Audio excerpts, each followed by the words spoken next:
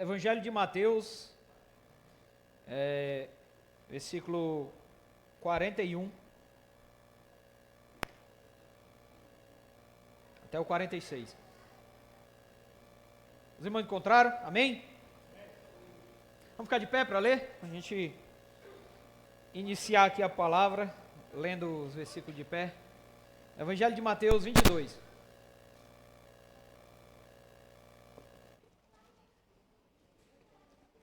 Reunidos, vou começar, vamos junto. Reunidos, os fariseus interrogou-os Jesus: que pensais, vós, do Cristo? De quem é filho? Responderam-lhe eles: de Davi.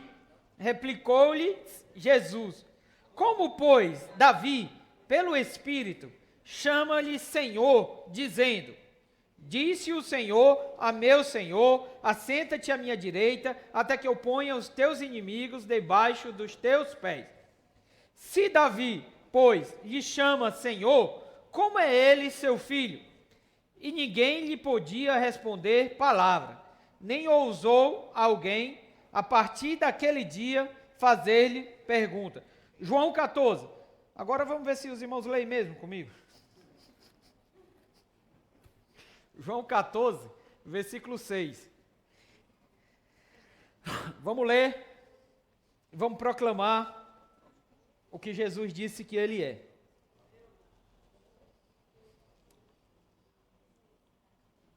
Não, vamos ler o 5, 14, 5, para entender a resposta do Senhor para o Tomé.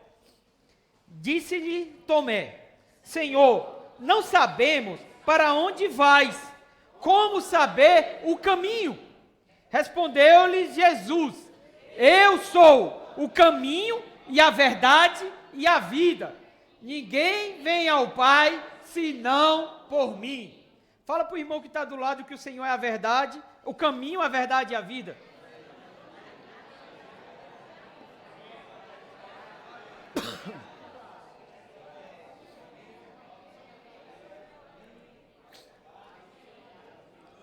Senhor, nós te louvamos por essa noite, estarmos aqui. Ó Senhor, obrigado pelo teu falar e pela tua palavra. Senhor, obrigado por essa mesa que nós participamos. Senhor, nos sentimos abençoados, ó, e cuidados pelo teu grande amor. Senhor, muito obrigado, ó, por ser sempre tão presente, ó Senhor, e por nos dar sempre da tua vida. Jesus, abençoa cada irmão que está aqui sentado. Senhor, tu sabe a nossa necessidade real, aquilo que tem incomodado o nosso ser, aquilo que tem impedido-nos de caminhar, ó Senhor, que tem feito-nos não ver o caminho. Ó Senhor, ajuda-nos nessa noite, ó, a tua palavra que transforma, a tua palavra que cura, ó Senhor, alcança cada um de nós. Senhor, tu sabe do nosso coração, ó, que essa terra, essa noite seja regada, ó, e que tu possas alcançar-nos, ó Senhor Jesus, queremos ouvir a sua voz, tu és o nosso bom pastor. Ó, fala conosco, Senhor. Ó, fala a cada um. Ó, não deixa que nenhum saia daqui. Ó, Senhor, com o tempo perdido. Ó, com horas jogadas fora. Ó, Senhor, nós queremos a sua presença. Ó, Senhor Jesus, nós só saímos de nossas casas. Nós declaramos essa noite. Só estamos nesse lugar. Ó, porque cremos que tu falarás conosco. Ó, Senhor, vinimos aqui para adorá-lo. Ó, Senhor, que sabemos que tu estás aqui. Ó, se agrada do nosso serviço. Ó Senhor Jesus, obrigado por esse louvor, obrigado pelas orações, obrigado pela tua mesa, ó Senhor Jesus, aleluia.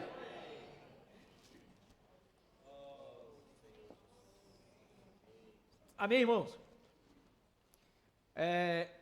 O Senhor trouxe você até aqui essa noite, e é bom estar junto daqueles que o Senhor reúne. Se tem um lugar abençoado, e um lugar que você pode se sentir seguro, é ao lado de outro filho de Deus. Porque sempre que 2 ou 3 reúnem no nome do Senhor, Ele está no meio deles. Você crê que o Senhor está aqui essa noite? Tudo que você fizer aqui nesse salão essa noite, tenha essa percepção clara de que o Senhor está aqui nessa comunhão. Ele é o esperado da nossa alma, né? O hino que a gente cantou, eu sempre toco nesse hino quando diz assim: tu és quem minha alma esperou. Ele, irmãos, era o esperado de sempre. Nós vamos falar aqui essa noite. O título dessa mensagem é Quem é Jesus para você? Nós estamos numa sequência, nós estamos numa leitura expositiva. A gente terminou a pregação expositiva de João, de Atos, e agora a gente está em alguns temas que são as bases da nossa fé. A gente já viu sobre a Bíblia, a importância da Bíblia. Tudo que a gente fizer não pode fugir do que está aqui. Tudo que a gente falar não pode fugir do que está aqui. Isso é bem claro para nós. Nós vimos quem é o nosso Deus, nós vimos a respeito da salvação, nós vimos quão importante é o nome do Senhor e em que posição esse nome foi colocado. E nessa noite nós vamos falar quem é Cristo. Você que está em casa também precisa saber disso. Nós vamos falar biblicamente e pessoalmente. Para você, quem é Cristo? Quem é Jesus? Eu chego para o Wagner e... Wagner, quem é Jesus? O Wagner, um homem bom que morreu um tempo atrás. Para você, quem é Jesus? A raiz de Davi, alguma coisa assim. Sim, é verdade. É tudo isso daí. Mas quem ele é para você? Ele é o que você lembra dele no domingo, na hora da reunião? É um poste ídolo que você colocou acolá e você só diz para algumas pessoas que sou cristão? Nós não fomos convencidos intelectualmente sobre quem é Jesus. Nós não o conhecemos intelectualmente e a verdade sobre ele não pode ficar só na nossa mente. Nós não aderimos ao cristianismo. Não foi um negócio que a gente achou bom, porque a gente veio aqui, os hinos legais. O Erlen não pode estar aqui porque ele achou legal o convívio aqui com o Damião e com o Flávio. Ele está aqui porque Jesus é o caminho, a verdade e a vida. E ninguém vai ao Pai senão por Ele. Nós não estamos aqui porque nós encontramos um clube novo. É porque nós nascemos de novo.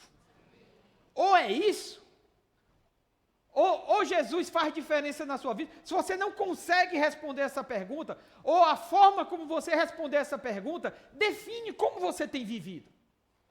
Como é a sua vida na semana, é definido pela forma que você responde quem é Jesus.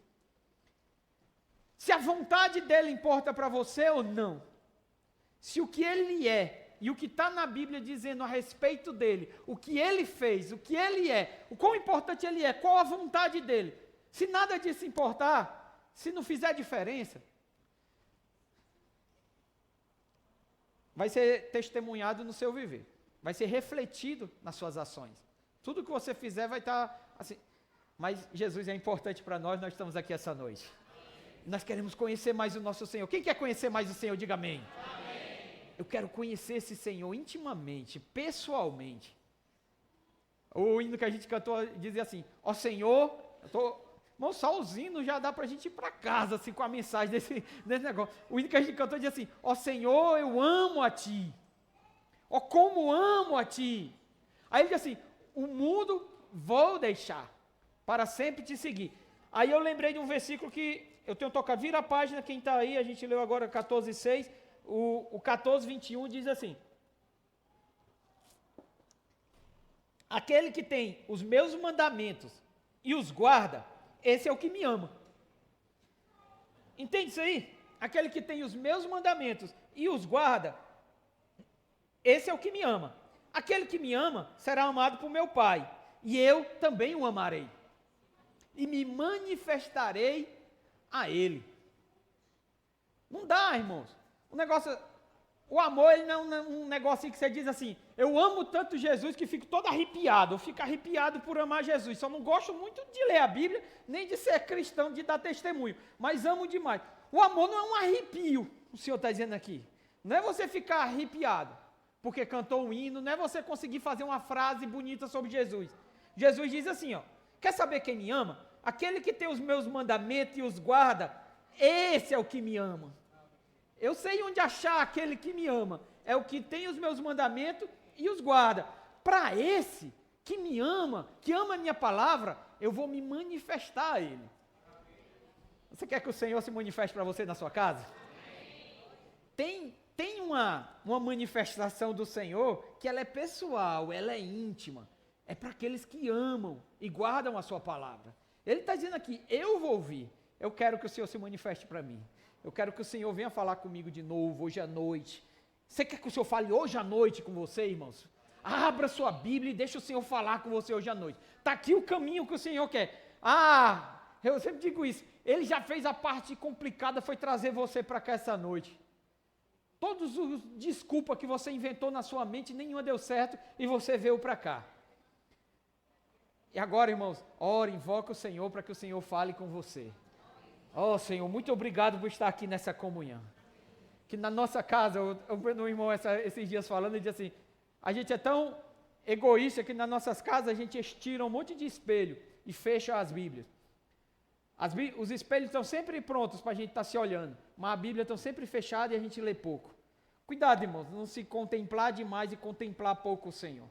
Nós precisamos direcionar o nosso olhar para o amado das nossas almas. Aquele que pode fazer algo por nós, aquele que é o Senhor. O Senhor chega para os fariseus ali e diz, vocês tocam que o Senhor sempre faz essa pergunta, nós vamos já ler a outra passagem que é mais conhecida, né, de Mateus 16. Mas aqui em Mateus 22 ele pergunta para os fariseus, que pensais, vós do Cristo? Vocês estão entendendo quem é que está aqui? Quem é que veio aqui? Quem é o Messias que está aqui? Porque os judeus até hoje, irmão, um bocado ainda não entendeu quem era que tinha vindo à terra, não. Quem era aquela pessoa que estava na terra? Quem era aquele homem que estava na terra? Em Daniel 9 fala assim, para o povo, teu povo e a cidade santa está determinado 70 semanas. 7 semanas, mais 62 semanas, até que venha o ungido. 7 semanas de anos, 7 vezes 7, 49, mas depois 7 semanas, 62, 434 anos. Dá exatamente na vinda do Senhor à terra, até que venha o ungido. Os judeus ainda estão esperando o Messias. Se for, e em Daniel 9, eu não quero ler lá, diz, a partir do momento da ordem da reconstrução, serão 7 semanas, mais 62 semanas, depois só vai restar 1 semana. Você entende que bate exatamente com a vinda do Senhor? Como isso é uma prova inconteste de que Ele é o Messias e que a palavra de Deus se cumpriu?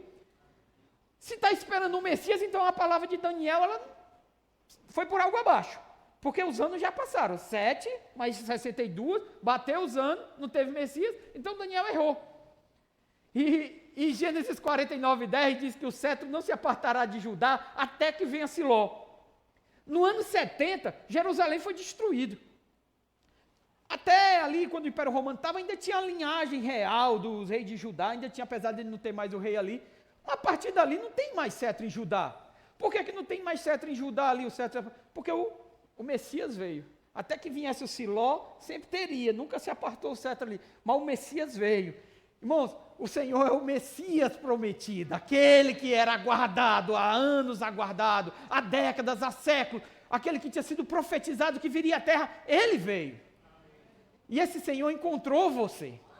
Também foi cumprida a profecia em Isaías, que nele seriam congregados todas as nações da terra, os gentios, nesse Messias seriam congregados. Quem foi esse que uniu todas as nações da terra? Em todo canto tem alguns que adoram o Deus de Israel. Quem foi esse, irmãos, que fez isso? Foi Jesus que fez isso. Foi Jesus que alcançou você. Louvado seja o Senhor. Esse é o Jesus que a Bíblia... E quem era ele? Mateus. Eu vou tentar, nesse ponto aqui, mais rápido, para a gente não perder muito nosso tempo. Nós temos pouco.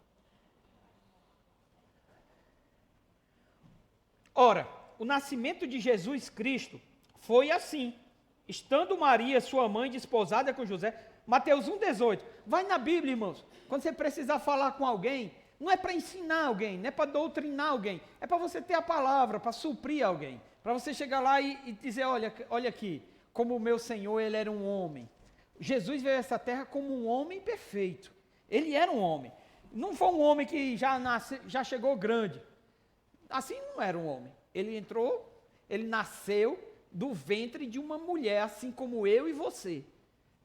Claro, mas pelo poder do Espírito Santo. Mas ele estava lá, olha só, versículo 18. Ora, o nascimento de Jesus Cristo foi assim. Estando Maria, sua mãe, desposada com José, sem que tivessem antes coabitado, achou-se grávida pelo Espírito Santo. A Maria ficou grávida de Jesus. Jesus nasceu uma criança de Maria. Ele foi uma criança, ele não já começa adulto, como alguns podem achar. Em Lucas 2, esse homem, vamos dar uma volta na Bíblia hoje, irmão. O que a gente vem fazer aqui se não for para ler a Bíblia, né? Lucas 2,40 diz assim: crescia o menino e se fortalecia, enchendo-se de sabedoria, e graça de Deus estava com ele. Crescia o menino e se fortalecia. O sentimento do Flávio é que a filha dele cresça e se fortaleça, se encha de sabedoria e da graça do Senhor. E o menino Jesus foi crescendo assim. 2,52, Lucas. E crescia Jesus em sabedoria, estatura e graça, diante de Deus e dos homens. Ele não nasceu como Adão, já nasceu adulto não. Adão foi criado já um homem, né? Porque Deus criou um homem ali. Mas Jesus, ele veio como eu e você, nasceu da mãe dele, você nasceu da sua mãe, e ele tinha as mesmas necessidades que eu e você. Mateus 4,2 diz assim: e depois de jejuar 40 dias e 40 noites, ele teve fome. O Senhor tinha fome também. Não era que nem você que quando dá 8h30 diz que já está com fome e quer se levantar da cadeira, não. O Senhor, ele teve fome porque ele passou 40 dias e 40 noites jejuando. Então ele teve fome. Ele era um humano, não era Nutella, né, que o pessoal diz. Não é porque ele ficava com fome a qualquer momento. Ele tinha uma fome real aqui, uma fome física. Depois de 40 dias e 40 noites, ele teve fome. E também ele se cansava. Lá em João 4 diz que depois da viagem, cansado Jesus, ele se sentou ali perto do poço. Ai, irmão, que cansaço abençoado para aquela mulher que se encontrou com ele naquela hora sexta do dia, que o hino que a gente cantou também, né? Ele cansava, ele tinha fome, ele tinha sede. Na cruz ele diz que está com sede, né? Uma sede também ali violenta, então ele teve sede. Tudo isso que eu estou falando e os versículos que eu estou citando, João 4, Mateus, é para provar que Jesus era um homem. Ele se admirava e ele tinha emoções. Ele chorou na ocasião de Lázaro. Ele chorou, foi tão forte ali que ele orava com lágrimas antes de ser crucificado. Ele tinha uma emoção equilibrada, uma emoção em Deus, mas ele tinha emoção, não era um robô. Ele era um homem com emoções. Se você tem chorado pela coisa certa, sabe que existe um consolador que conhece o seu sentimento. Ele sabe o que você passa, sabe das suas dores. Ele foi tentado em todas as coisas, porém a diferença, em Hebreus fala isso, mas sem pecado. O Paulo fala em Coríntios, aquele que não tinha pecado. O Pedro fala, aquele que não pecou e não foi encontrado em sua boca nenhum engano, nenhuma palavra que pudesse haver condenação. João diz, aquele que era sem pecado. Todos os apóstolos conviveram com ele, testificaram, e o Espírito Santo testifica na Bíblia que ele não tinha pecado. Ele era um homem, mas não tinha pecado. Seja Paulo, Pedro, ou João, ou o autor de Hebreus, todos afirmam que ele não tinha pecado, irmão. E o Senhor, ali naquele dia, ele chorava, com lágrimas ele orava. Não era porque, irmãos, ele estava sem querer ir para a cruz ou sofrer um pouco mais. O que ele já tinha sofrido até então, é porque naquele momento ele ficaria sem a presença de Deus. Aqueles que já experimentaram a presença do Senhor, sabem quão terrível é viver sem esperança e sem Deus no mundo. Quão terrível é uma vida longe do Senhor. O Senhor, ele, com lágrimas, ele chorou, porque ele sabia disso. O Moisés disse que não sairia do lugar se a presença do Senhor não estivesse com ele, levando aquele povo. Moisés via o Senhor face a face. Ele não suportaria agora ter uma vida longe e seguir levando um povo sem a presença do Senhor. O Caim, por estar ali no jardim, via o Senhor e tinha comunhão ali com o Senhor. Quando ele comete o assassinato do seu irmão e tem que ser expulso, ele diz, tamanho é o castigo dele, que ele já não consegue suportar. Você entende? Quem já desfrutou da presença do Senhor, quem tem essa, não pode se acostumar com 1 ano, 2 anos, 3 anos sem a presença do Senhor. Sem ligar mais para o Senhor, sem saber qual a vontade do Senhor. Onde está o Senhor? Será que o Senhor está nisso que eu estou fazendo? Irmãos, eu volto a dizer, Amar é conhecer a vontade, é entender a vontade. Não adianta eu sair de casa e dizer assim para Maiana, Maiana, hoje eu quero comer cuscuz quando eu chegar na hora do almoço. Aí eu chego lá, só tem um arroz, velho. Aí eu digo assim, mas não era cuscuz? Aí diz, mas eu te amo. Está entendendo?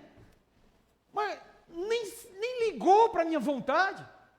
Que amor é esse que não se importa com o que pensa? Qual o sentimento, o que é que tem, se agrada ou desagrada? O João de Milânia, vamos sair hoje, à noite, para um restaurante e tal, para a gente comer.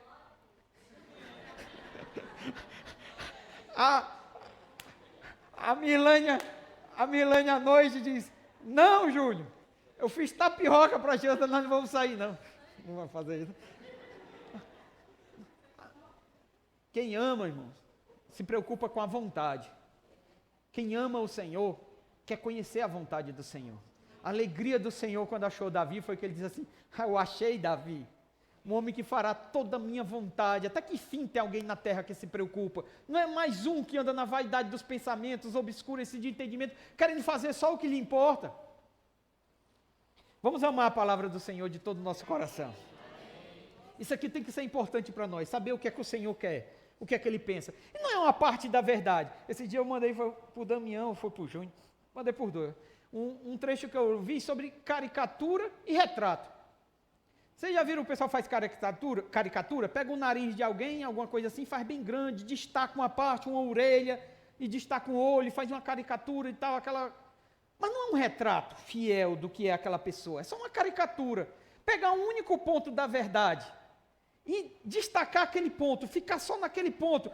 Aquela doutrina ali foi boa de acordo com você, então foi bom para você, então você só fala daquilo, é o único ponto que você dá. Isso é uma caricatura do Evangelho. Não é um retrato do Evangelho.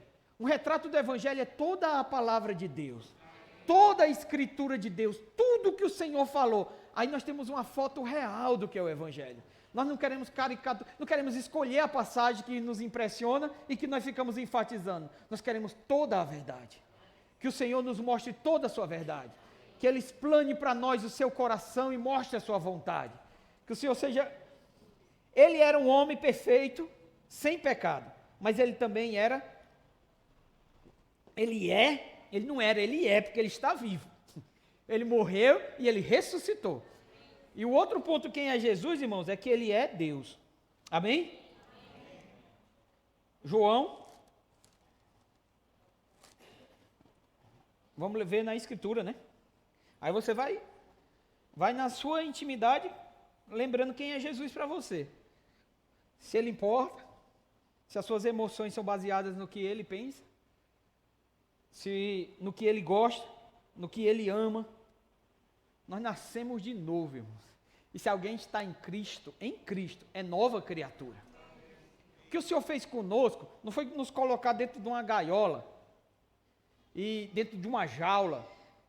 Eu vi uma figura esses dias, o homem falando lá, o pregador, o que ele faz não é colocar um coiote dentro de uma jaula, com ovelhas do lado, né? E impedindo o coiote de comer as ovelhas. Aí está tudo bem, aqui ele não comeu, olha como o coiote está bem, ele não comeu porque tem a jaula. Na hora que abre a jaula, ou alguém não está olhando, o coiote está comendo a ovelha. Está lá, de novo, devorando. É só alguém não olhar, é só a jaula dar uma... Não é isso que o Senhor quer fazer conosco. Não é colocar dentro de uma jaula e impedir você. Ele quer transformar o coiote numa ovelha também, e assim o coiote não vai comer a ovelha, ele vai ter uma nova vida. A vida que ele vai receber é um novo nascimento do coiote, vai impedir o coiote de comer a ovelha. O que o Senhor fez conosco foi nos dar um novo nascimento. Nós recebemos a vida de Deus. Nós só temos alguma coisa, irmão, por causa da graça de Jesus que nos alcançou. Não é nenhum poder que há em nós, nem nenhuma força que há em nós, não há nada de bom no homem que se aproveite, se ele não receber a graça do nosso amado Senhor Jesus. Se o Senhor não derramar a sua vida, você não nascer de novo, não há nada que faça que aproveite a Ele. Nenhum pensamento seu, irmãos, misericórdia dos seus pensamentos, poderá ser levado diante do Pai. nenhuma das nossas boas vontades, das nossas boas intenções. Tudo é por causa desse Jesus que nós estamos falando essa noite. Foi Ele que mudou todas as coisas. É por causa dEle que nós estamos aqui. É por causa dEle, irmãos, que nós temos seguido, temos avançado e vamos avançar até o fim. Senhor Jesus, João 1,1 diz assim, no princípio era o verbo, e o verbo estava com Deus, e o verbo era Deus. Ele estava lá, e ele era Deus. Ele estava com Deus, e ele era Deus.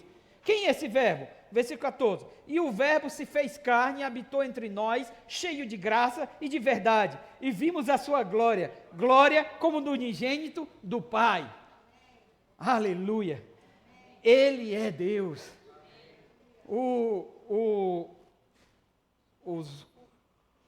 Os fariseus ficaram uma vez perturbados com o Senhor, eu queria ler esse versículo aqui, em João 8, quando eles estão lá perguntando para ele, quem já vai encontrar, nós já estamos aqui em João, né? Só virar algumas páginas. Que eu queria pular aqui.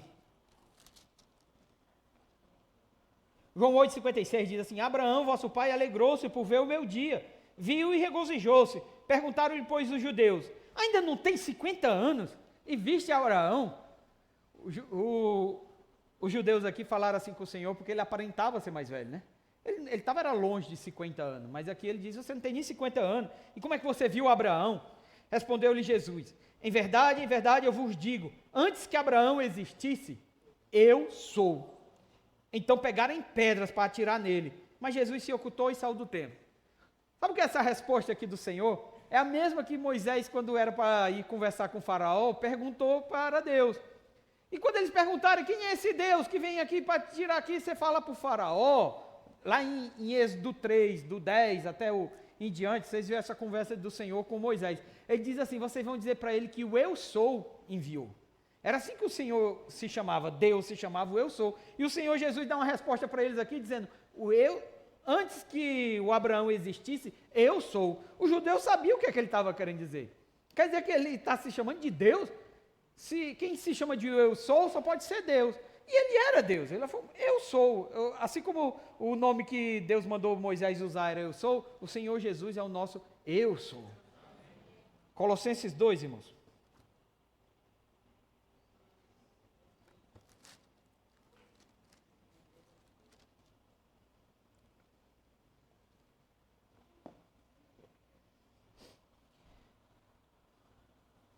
Colossenses 2,9 diz assim, porquanto nele, vou esperar os irmãos abrirem. Colossenses 2,9 diz assim, porquanto nele habita corporalmente toda a plenitude da divindade. Toda a plenitude da divindade habitava no Senhor.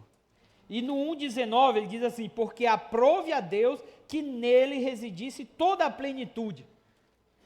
O Senhor Jesus era plenamente Deus, não era um pedaço, ele era um pouco Deus, ele era um semideus, ele era um mini Deus. Não, ele era Deus.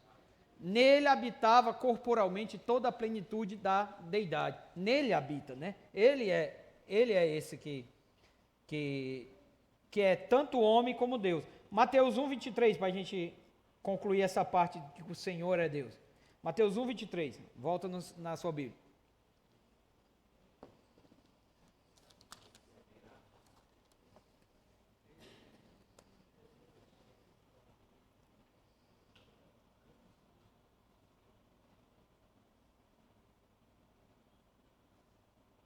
Mateus 1,23. Eis que a virgem conceberá e dará à luz um filho, e ele será chamado pelo nome de Emanuel, que quer dizer Deus conosco. A virgem ia dar à luz um filho, ou seja, um homem. Se ia nascer de uma virgem, era um homem, então ele era 100% homem, mas esse homem será chamado de Emanuel, que quer dizer Deus conosco. Ele era 100% homem e 100% Deus vivendo aqui na terra. O homem perfeito, a pessoa mais amável que já viveu nessa terra, a pessoa mais agradável, mais amorosa, aquela que tinha o falar totalmente de Deus. Tudo que ela abria a boca, falava, era a palavra de Deus. Estava ali, convivendo entre os homens. E essa pessoa, por amor a mim e a você, ela foi até a cruz e morreu ali naquele madeiro. E a angústia que ela sentia naquele momento era porque ela iria ficar longe do Pai naqueles instantes. Porque todos os pecados foram lançados sobre ele. E por causa da pisadura é que nós fomos sarados. Tudo que ele sofreu foi por amor a mim e a você. Foi para que você estivesse hoje aqui nessa comunhão. O Paulo fala que não tem outra prova. A maior prova de amor que Jesus podia dar para nós foi ele ter dado a sua vida por nós. Não tem uma outra prova. Você diz assim, eu queria que o Senhor provasse que me ama. Ele deu a vida dele por você. E que outra coisa você acha que o Pai pode te dar se ele não negou o seu próprio filho por amor a você? Você é um amado do Senhor. Você está aqui nessa comunhão porque o Senhor ama você. Porque Ele anela a sua presença. Você precisa também ter esse desejo de conhecê-lo e de amá-lo. E de querer estar ao lado dele, de entender quem é esse homem. Por que ele está aqui? Como eu devo adorá-lo, como eu devo amá-lo? Esse dia eu estava discutindo sobre isso e vendo que tem gente que fala assim, não, eu não quero ser uma pessoa religiosa. Não quero ser religioso, então eu não quero orar, não quero ler a Bíblia, não sou religioso. As pessoas confundem um pouco o que é religião aí. Você não quer ser cristão, no caso, você não quer dar um testemunho de cristão. Não ser religioso não é ser um crente nominal. Não ser religioso não é ser mundano. O hino que a gente cantou diz assim, como amo a ti, o mundo vou deixar para sempre. Não ser religioso e ser mundano não tem nenhuma vantagem nesse negócio. Não traz graça, não traz perfeição, não traz testemunho, não traz autoridade de Deus, não traz a presença de Deus, não traz reconciliação. Nós precisamos do encher do Espírito Santo na nossa vida. Viver em santidade, irmãos, é impossível viver em santidade se não for pelo encher do Espírito Santo. Viver em santidade não é uma ação que você busca pela sua força, você precisa da presença do Senhor. Você precisa da comunhão com o Senhor. É o encher do Espírito que leva os homens a serem santos. É a presença do Santo que te santifica. Ele se tornou da parte de Deus a nossa justificação, a nossa santificação. É Ele quem transforma, é o Espírito Santo quem transforma. Por isso nós insistimos que nós precisamos da presença do Senhor. Não aceite, não ache normal viver anos, viver meses longe da presença do Senhor. Se você está em casa essa noite, e por acaso, essa noite não, sabe lá quando vai ouvir essa mensagem, né? Pode ser que escute daqui a um mês essa mensagem. Saiba que você não pode ficar longe do Senhor muito tempo, não deve ficar longe.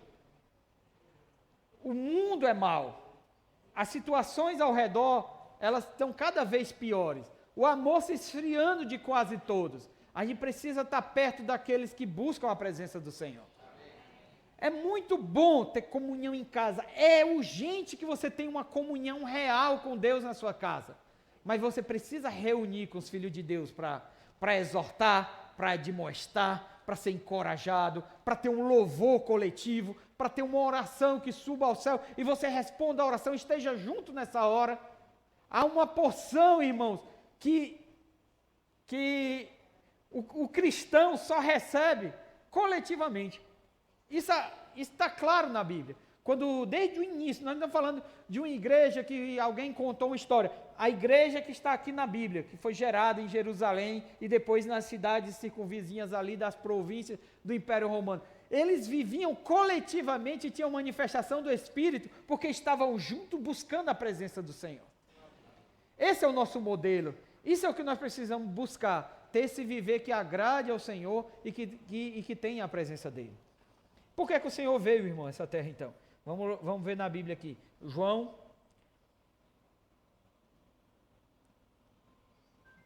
Primeiro vamos ver o que Jesus disse que Ele é, né?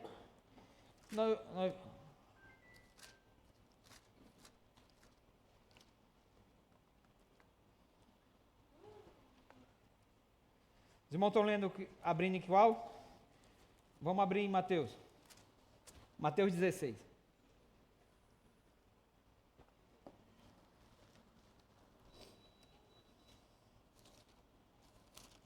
Eu disse que a gente ia ler esses versículos, não li, agora a gente vai ler aqui só para... Mateus 16, 13. Quem trouxe a Bíblia, vamos ler essa passagem mais uma vez. Ouvindo o coração do Senhor aqui, o que é que ele queria conversar com os discípulos? Ele perguntou para os fariseus aqui no início da mensagem: que pensai vós do Cristo? Ele queria saber, sim, dos fariseus o que é que eles pensavam. Mas de quem o Senhor quer saber mesmo é do Gilvan, é do Nicolas, é do Damião, que está convivendo com ele, são das irmãs, são dos irmãos que estão ali atrás. O que você pensa de mim, né? Ele quer saber dos fariseus o que é que eles acham, mas ele quer saber do Aramis, o que é que ele pensa. O que é que, como o Aramis, então ele fez essa pergunta mais íntima aqui. Indo Jesus, Mateus 16, 13, pega a Bíblia ou então olha aqui para o telão e vai lendo, irmão. Não deixa de ler não. Crê que o Senhor vai falar com você quando você estiver lendo a Bíblia. Uma luz vai brilhar quando você estiver lendo um versículo da Bíblia. Indo Jesus para os lados de Cesareia de Filipe, perguntou a seus discípulos: quem diz o povo ser o filho do homem? Agora essa pergunta é para discípulo, não é mais para fariseu não. É para quem está comigo. Quem está vindo para as reuniões todo domingo. Quem às vezes falta, mas depois vem de novo. Quem às vezes não está andando tão rápido, mas depois começa a andar. Quem às vezes tem vontade de parar, mas o Senhor vai lá e diz: coragem, continua andando. É para esses aqui. Indo Jesus para o lado de Cesareia de Filipe, perguntou a seus discípulos: quem diz o povo, o povão aí, ser o filho do homem? E eles responderam, 14. Uns dizem João Batista, outros Elias, outros Jeremias, ou algum dos profetas. Tudo bem, mas vós, continuou ele, quem dizeis que eu sou? Vocês que estão há 10 anos reunindo, vocês estão há 15 anos reunindo, vocês estão reunindo há 1 ano, vocês estão reunindo há 10, 5, 6 anos. Você que já louvou bastante, você que já orou bastante, que já reuniu bastante, você que não está reunindo tanto. Você que nem sabe por que deixou de reunir tanto. Você que vai ouvir essa mensagem aí, que nem sabe qual foi o dia que você deixou de vir a uma reunião e depois se acostumou. E já nem vem mais há 2 anos, não vem mais há 3 anos, não aparece aqui. Mas vós, quem dizeis que eu sou? O que vocês acham que eu sou? Eu sou importante, eu sou o quê? Eu sou uma pessoa boa, eu sou um homem bom, eu sou um homem com regras.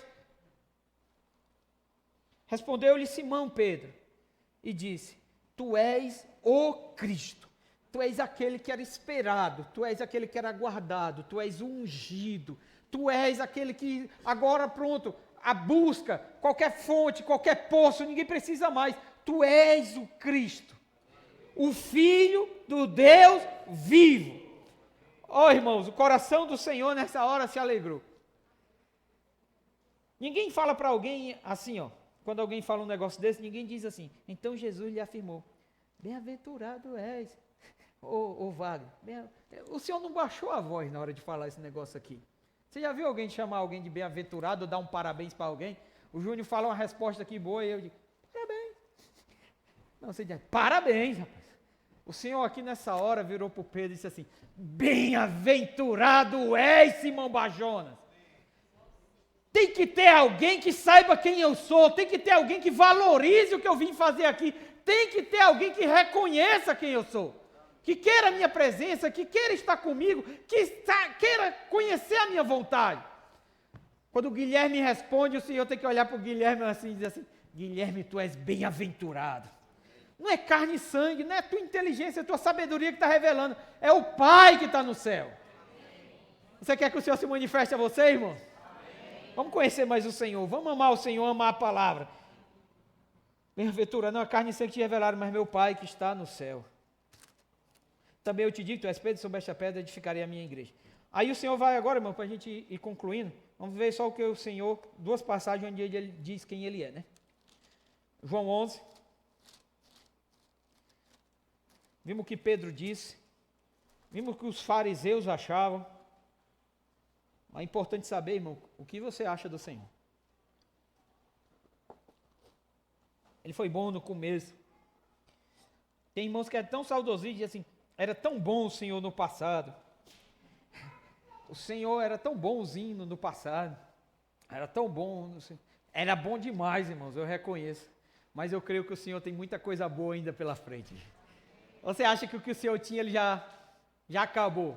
Ele é rico, irmãos, para com todos os que eu invoco. Ele tem muita riqueza para revelar para você, para falar com você, para encher você, para suprir você. João 11, 25. Estava vendo uma mensagem do Miguel esses dias, eu até falei recentemente, ele disse, o irmão vai contar uma experiência com o Senhor, sempre conta uma experiência de 30 anos atrás, foi maravilhosa a experiência, mas tem mais, dá para ter mais experiência esses dias, dá para ter mais novidade esses dias, dá para conhecer mais o Senhor, dá para ter uma experiência na comunhão de jovens lá em Fortaleza, dá para ter uma experiência com o Senhor na reunião de grupo familiar amanhã, dá para ter uma experiência com o Senhor nessa noite aqui. Então não vamos se limitar ao que o Senhor fez no passado. Ele fez, ontem Ele faz hoje e fará amanhã. 11:25 diz assim, disse-lhe Jesus, vamos ler juntos? O que é que Ele é? Ressurreição e a vida. Quem crê em mim, ainda que morra, viverá. O Senhor é a ressurreição e a vida. Por Ele ser a ressurreição e a vida, irmão, às vezes a gente vê alguns irmãos que parecem tão meio mortos, mas Ele tem o poder da ressurreição e levantar de novo. Você crê que o Senhor pode levantar mais uma vez? Ele é a ressurreição e a vida. Aí João 14, a gente já leu, mas vamos ler esse versículo de novo. João 14. Depois que o Tomé pergunta, Senhor, nós não sabemos nem para onde vai. Esse capítulo de João, irmãos, é maravilhoso, João 14. Depois os irmãos possam ler ele todo em casa, versículo por versículo, onde o Senhor vai dizer quem é que ama Ele, quem é que Ele reconhece, e Ele diz quem Ele é, né? O Tomé estava querendo saber um caminho, que o Senhor indicasse um caminho. Como é esse caminho? Como é que eu vou? Como é que eu sei o caminho? O Senhor, Ele não é um caminho. O Senhor, Ele não é um Salvador. O mundo queria que a gente colocasse o Senhor como um Salvador, um caminho, assim a gente diria assim, existem vários caminhos, você busca o seu caminho por ali, você busca a sua salvação naquela coisa, então dá certo, suba lá naquele monte, adore aquele outro negócio ali que é um caminho também, mas não é assim a palavra da verdade. O Senhor não é um caminho, Ele é o caminho, Ele é o único caminho, Ele não é um Salvador. Não existe outro Salvador. O meu negócio ali que também salva. Não salva. Eu descobri um negócio para ser salvo. Não descobriu. Só existe um Salvador. Só existe uma vida. Só existe uma verdade. Não existem outras verdades. Existe uma verdade ali que é boa também, que não é o Senhor. Não é verdade. Essa verdade não é verdade. O único que veio cheio de graça e de verdade foi o Senhor. Então ele responde para o Tomé. Respondeu-lhe Jesus, vamos ler junto? Eu sou o caminho, a verdade e a vida. Ninguém vem ao Pai senão por mim. Ele é o único mediador entre Deus e os homens. Ele não é um dos mediadores. Não existe um outro mediador. Ninguém, para receber a palavra de Deus, precisa ir a um outro mediador nessa terra. Ele é o único mediador entre Deus e os homens. Não existem outros nomes que foram dados, que você busca esses outros nomes. Só existe um nome que foi dado entre os homens, pelo qual importa que nós sejamos salvos. E esse nome é o nome de Jesus. E toda língua deve confessar esse nome. E todo joelho deve se dobrar diante desse nome. O único que deve ser exaltado, o único que é santo, o único que o nome é maior, o único que o nome é o melhor, é o nome que salva, que traz salvação, é o nome de Jesus. Esse é Jesus. Quem é Jesus? Ele é o meu Salvador. Jesus é o meu caminho. Eu não preciso andar perdido nessa terra, sem esperança, sem Deus no mundo, de cabeça baixa. Ele é o caminho, Ele é a verdade e Ele é a vida. Não ande morto, Não ande triste. Saiba que nele habita todas as coisas que você precisa para viver. Vamos ler esse versículo para encerrar. Filipenses 4.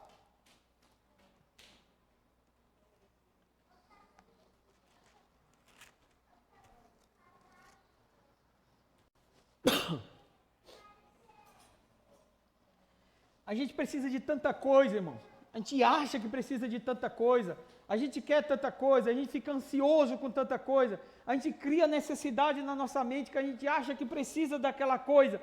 E depois que a gente coloca na nossa cabeça que a gente precisa daquela coisa, a gente fica inquieto, porque a gente acha que a gente precisa conquistar aquilo, porque senão a gente não vai mais conseguir ser feliz, não vai mais conseguir ter liberdade, não vai mais conseguir ter tranquilidade, perdeu a paz. São ansiedades, desejos que são criados, que às vezes não é o que nós necessitamos, não é a vontade do Pai. Se não ocorre, não é a vontade do Pai. Ele é soberano sobre todas as coisas.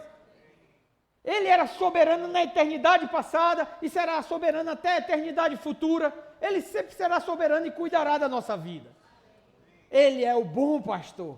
Nós precisamos estar claro disso daí. Agora, nossas escolhas refletem muita coisa. Elas são importantes. Ele sempre colocará diante de ti, Damião, a vida e a morte, a bênção e a maldição. Escolhe, pois, a vida para que viva. Escolhe a bênção. Escolhe estar junto daqueles que servem e buscam o Senhor. O Paulo, quando encoraja o Timóteo ali, ele diz: foge das paixões da mocidade e segue a justiça, a fé, a paz e o amor com os que de coração puro invocam o Senhor. Que o Senhor nos dê um coração puro para invocá-lo todo dia. Vamos ficar de pé para ler esse versículo para a gente encerrar.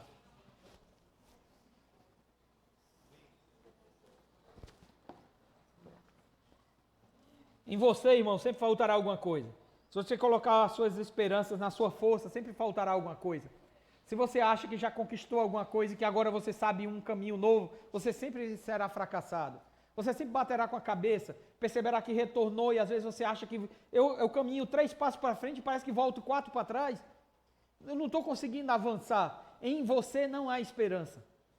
Em nenhuma outra coisa nessa terra há esperança. Só em Jesus há esperança. Foi Ele que deu a sua vida, Ele que nos salvou e é Ele que nos dará capacidade, nos capacitará a chegar até o fim. E o Paulo, quando está falando aqui no final de Filipenses, ele fala da riqueza da glória do Senhor, ele fala que Ele vai suprir não uma coisa, não uma única necessidade que você acha que tem. Ele vai suprir em Cristo Jesus, Ele crê nisso e você precisa crer nessa noite que em Cristo Jesus, cada uma de suas necessidades serão supridas. Seja ela necessidade qualquer física, emocional, seja uma necessidade real que você tenha nesses dias, que você precisa disso. Você sabe que se precisa. E você sabe o que você precisa. Mas Ele há de suprir. Então eu queria que os irmãos lessem esse versículo, eu gosto desse versículo, Filipenses 4,19, você lê e encoraja o irmão que está do seu lado, crendo no seu Deus, sabendo quem é seu Deus e dizendo para ele, fala para o irmão que está do lado com força, irmãos, com fé, ora com ele.